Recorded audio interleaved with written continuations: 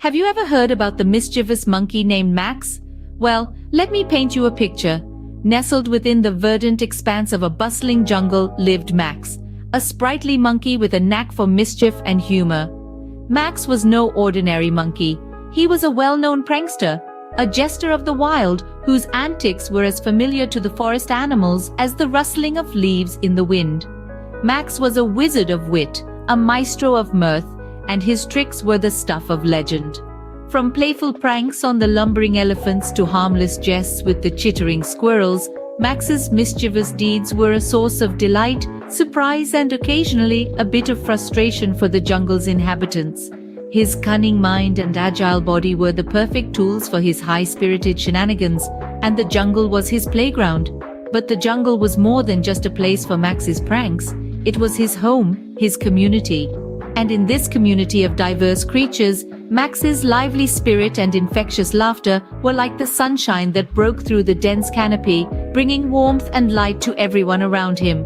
Now, every good jester needs a partner in crime, and for Max, it was none other than Leo the lion. Yes, you heard it right, the king of the jungle himself. Despite Leo's imposing stature and fearsome reputation, he held a soft spot for Max, a friendship that had blossomed since they were just cubs. Max's tricks often made Leo the butt of the joke, but Leo took it in stride, his mighty roars of laughter echoing through the jungle, testament to their unique bond. So, you see, while Max was a mischievous monkey, he was also a cherished member of the jungle family. His pranks brought laughter, his antics sparked joy, and his spirit brought the jungle to life. Max was well loved, despite his mischievous nature, and his best friend was none other than Leo the lion. On a sunny morning, Max decided to play a prank on his best friend, Leo. Now, Max was no ordinary monkey. He was known far and wide for his mischief and quick wit. And Leo, well, he was known for his fearsome roars and majestic mane. But even a lion like Leo had a soft spot for his playful friend Max. Max knew that Leo was a deep sleeper, his snores echoing through the jungle like a thunderous drum. So he decided that the best time to implement his plan would be during Leo's afternoon nap. As Leo snoozed under the warm sun, Max set his plan into motion. He scampered up a tall tree, his nimble fingers quickly gathering a bunch of leaves. He chose them carefully, making sure they were just the right size and color. Once he had enough, he hopped down and got to work. Max began crafting a makeshift mane out of the leaves, tying them together with a vine. It was a delicate process requiring great precision and patience. But Max was determined, and he worked with a gleam in his eyes and a mischievous smile on his face. Slowly but surely, the pile of leaves began to take shape. It wasn't perfect, but it was close enough. Max couldn't help but chuckle as he imagined the look on Leo's face when he woke up. With the fake mane in his hands, Max tiptoed towards the sleeping Leo. His heart was pounding, but he kept his excitement in check. After all, he didn't want to wake Leo up just yet. The real fun was about to begin. Carefully, Max placed the fake mane on Leo's head, making sure not to wake him. He was a picture of concentration, his small monkey fingers working deftly to position the leafy mane just right. And then he stepped back, his eyes sparkling with mirth as he surveyed his handiwork. It was a sight to behold Leo, the fierce lion, now sporting a lush green mane. The jungle's king was in deep slumber, oblivious to the transformation that had taken place. And as Leo breathed deeply, the leaves rustled, adding to the surreal scene. Max couldn't help but chuckle quietly, his body shaking with suppressed laughter. He clamped a hand over his mouth, his eyes wide with delight. For he could see Leo dreaming, the lion's face contorting into various expressions. Max imagined Leo picturing himself as an even more majestic king of the jungle, with his new and improved mane. The thought of Leo parading around the jungle, displaying his leafy glory to all the animals, was too much for Max. He rolled on the ground, clutching his stomach as he laughed silently.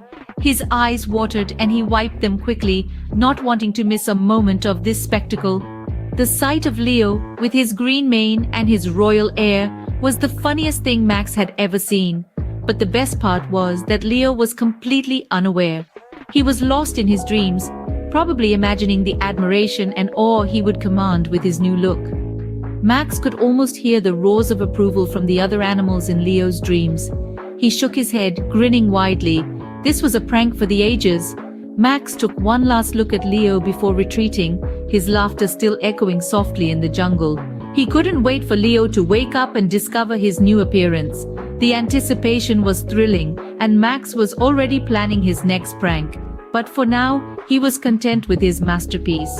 Leo was oblivious to the fact that he was the subject of a prank, Max thought to himself, his laughter dying down to soft chuckles as he disappeared into the jungle, leaving behind a slumbering Leo and his magnificent green mane. Suddenly, Leo woke up startled, feeling something strange on his head. He was disoriented at first, his eyes wide with confusion. The dream he'd been enjoying had been so vivid, so real. Now he was back in the real world, and something was amiss. He jumped to his feet, his heart pounding. A deep, thunderous roar echoed through the jungle, a sound so powerful it could wake the heaviest of sleepers. As he roared, the fake mane that had been resting on his head took flight, caught in the upward draft of his breath. The mane, a bunch of leaves tied carefully together by Max, soared through the air, twirling and spinning in a comical dance. The jungle held its breath as the mane flew higher and higher, then started its descent. It was like a leafy meteor, charting an unpredictable path through the air.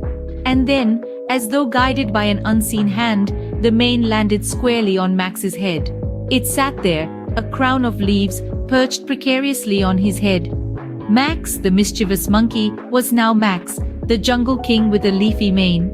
For a moment there was silence. Everyone watched, their eyes wide, their mouths agape. Max looked ridiculous with the mane on his head. He looked like a caricature of Leo, a comical imitation of the Jungle King. And then, the laughter started. It began as a giggle, a snicker from one of the animals. Then it spread, a wave of laughter that rolled through the jungle. The other animals who had been silently watching the prank burst into laughter at the sight of Max with the fake mane. Even Leo, once he understood what had happened, couldn't help but join in. He laughed so hard his belly shook, his roars of laughter echoing through the jungle. The sight of Max with the mane still on his head, trying to look serious even as everyone around him was laughing, was just too funny. Max, the prankster, had been pranked and the whole jungle was laughing with him. Even Leo couldn't help but laugh at the hilarious sight. Laughter filled the air, a symphony of joyous sounds that echoed through the dense foliage of the jungle. The sight of Max, the monkey, wearing the makeshift mane, dancing around like a clownish jungle king, was too amusing for anyone to resist a chuckle. Even Leo, the mighty lion, could not maintain his stern facade. This prank, as mischievous as it was, served a purpose far beyond the immediate laughter it invoked. It created a bond, a connection between Max and Leo that was stronger than ever before. Both Max and Leo learned a valuable lesson that day. Laughter is the best medicine, even when the joke is on you. From that day forward, Max continued his reign as the jester of the jungle. He was always up to something, always planning his next prank. And while his antics were often met with groans and shakes of the head, they were also met with laughter. Because Max, despite his mischief, had a heart of gold. He never meant any harm with his pranks. His sole intention was to bring joy and laughter to his fellow jungle dwellers. And that's exactly what he did. Each of his pranks, each of his jokes, brought a spark of happiness to the otherwise mundane lives of the jungle creatures. His laughter, infectious and hearty, was a sound that came to be loved by all. It was a sound that signified unity, camaraderie, and the power of a good laugh. Leo, too, embraced the spirit of laughter. He learned to appreciate the lighter side of life, to see the humor in situations, and to laugh at himself. His friendship with Max, strengthened by their shared laughter, became a beacon of unity in the jungle. And so, in the heart of the jungle, the laughter of Max and his friends echoed through the trees, brightening their days and strengthening their bonds. Their laughter served as a beautiful reminder of the power of joy, the strength in unity, and the magic of a good laugh.